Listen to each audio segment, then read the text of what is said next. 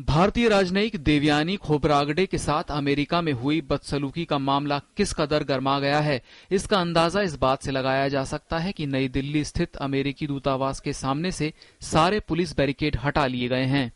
सरकार ने सख्ती बरतते हुए अमेरिकी राजनयिकों को मिलने वाली कई सुविधाएं भी रद्द कर दी हैं। सरकार ने देश में तैनात सभी अमेरिकी राजनयिक अधिकारियों से पहचान पत्र लौटाने को कहा है। समझा जाता है कि सरकार अमेरिकी राजनयिकों को मिलने वाली छूट और लाभों की समीक्षा करना चाहती है। भारत ने शराब समेत दूतावास के लिए सभी आयात मंजूरी रद्द कर दी है। साथ ही सरकार ने सारे राजनयिक स्टाफ के एयरपोर्ट पास भी वापस ले लिए हैं। अमेरिकी वाणिज्य दूतावास में कार्यरत भारतीय स्टाफ को दी जाने वाले वेतन का ब्यौरा भी मांगा गया है।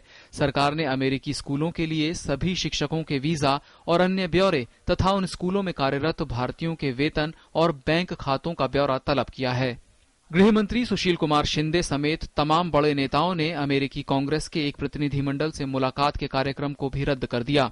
शिंदे के अलावा गुजरात के मुख्यमंत्री नरेंद्र मोदी ने भी इस प्रतिनिधिमंडल से मिलने से इनकार कर दिया। इससे पहले सोमवार को कड़ा आक्रोश जताते हुए लोकसभा अध्यक्ष मीरा कुमार और राष्ट्रीय सुरक्षा सलाहकार शिवशंकर मेनन ने भी मुलाकात से इनकार कर दिया था। विदेश मंत्रालय ने भी मामले को बेहद गंभीरता से लेते हुए भरोसा जताया है कि सरकार सभी जरूरी कदम उठाएगी। We feel a very extreme level of distress in terms of a human element that's involved. The person of the officer being subjected to that form of indignity is for us completely unacceptable, and therefore I can only say this to you, that whatever needs to be done is being done. सरकार ने ये कदम इन खबरों के बाद उठाया है कि अमेरिकी जांच एजेंसी ने राजनयिक देवयानी की गिरफ्तारी के बाद उनकी सघन तलाशी ली और इस दौरान उनके कपड़े तक उतरवाए गए। इतना ही नहीं, उन्हें एक राजनयिक होने के बावजूद जेल में नशेड़ियों और अपराधियों के साथ रखा गया। उधर देवयानी के पिता उत्तम खोब्रागडे ने आज गृह मंत्री और विदेश मंत्री से मुलाकात कर मदद की गुहार की। सरकार की ओर से उन्हें पूरा भरोसा भी दिया गया है। उन्होंने मुझे सब पूरी इन्फॉर्मेशन दी थी, उसके बाद मैंने भी जहां बात करनी थी बात की है और उसमें न्याय मिल जाएगा। तमाम राजनीतिक दलों ने इस मामले में बेहद कड़ी प्रतिक्रिया दी है और सरकार से कड़ी कार्रवाई की मांग की है।